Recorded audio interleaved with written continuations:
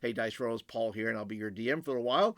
And listen, I've run hundreds of hours of games and watched wizards, clerics, sorcerers, and warlocks pop off the same spells over and over. And to be honest, it's a little one note. So, how do I introduce new spells without breaking the game? Well, I introduce them slowly and I do cantrips just to kind of see what my players are going to do with them. But today I want to share with you 5 cantrips that I think are super flavorful, won't break your game, but listen, players are always trying to look to break the game. It doesn't matter what you give them. If you give them a feather, they're going to find a way to use that feather to mess up the game. They're going to tickle your big bad to death. It's just going to happen.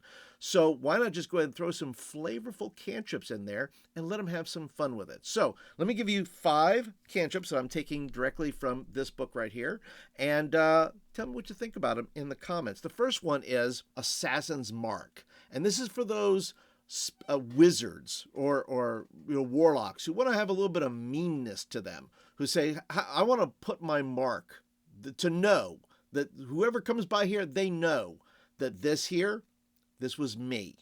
This is me who destroyed this fellow with a fireball. This is me. They're going to know who I am. This is my mark that I did this.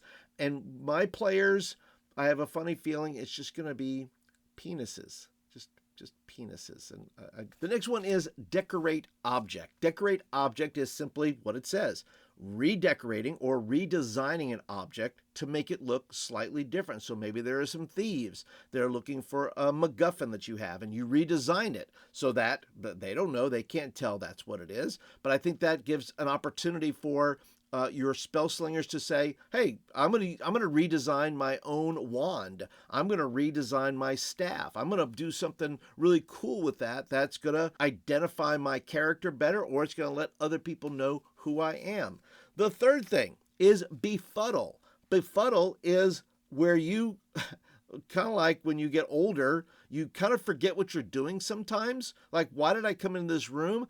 That's exactly what this spell does. So let's say across the way is another spell slinger and they're reading a scroll. And you're like, no, I don't want them to do that. Befuddle. And you give them the befuddle and they kind of go, what was I doing again?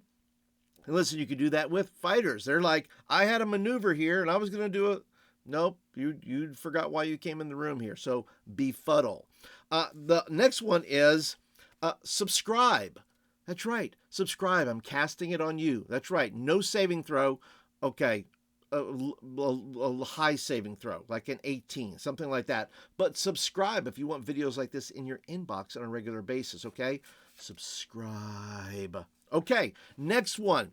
Pepper's purpose. And all this is making somebody sneeze loudly.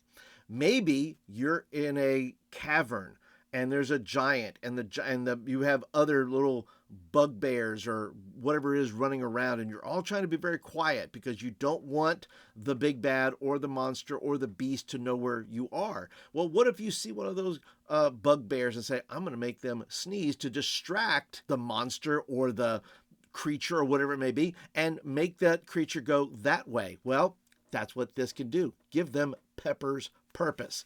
And then last but not least is Encrypt. And Encrypt is exactly what it says. If there's a spell or writing or something like an important letter you don't want anybody to read, go ahead and encrypt it to where they cannot read it, or they have to make a very high, I believe you have to make a very high intelligence check to be able to decipher this. Once again, if you have another spell slinger reading a scroll, maybe you go ahead and you encrypt that scroll where they have to pause and they have to roll that intelligence check to find out what it means. But I think there's lots of fun ways to be able to use things like Encrypt. Another way you can introduce these spells is by giving it to the big bad, give it to other NPCs that are going to use them on your PCs, and let them discover them. That, hey, we've never used that before. Where did that spell come from? That's not in the player's handbook. Well, listen, maybe they have a scroll of this or that on them. Maybe they meet a wizard that can share with them that spell for a price. But those are my ideas. What do you think?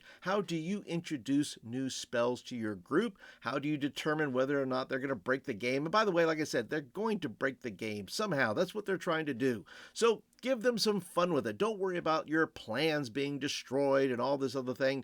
Let them have some fun. Don't worry so much about the game as much as you're worried about those who are playing the game, and let them have some fun with some flavor, with some pepper or encryption, whatever it is, some small little things that are going to delight them and give them some fun in the game. And don't forget, if you want more videos like this, I'll put a link over here. There's other DM tips over there you can find. And I know I didn't cast the like spell, but if you would like to go ahead and do that, that's a free action. Go ahead and click the like button as well. But that's it for today, guys. Thank you so much for watching. Looking forward to your comments, and I'll catch you guys in the next video.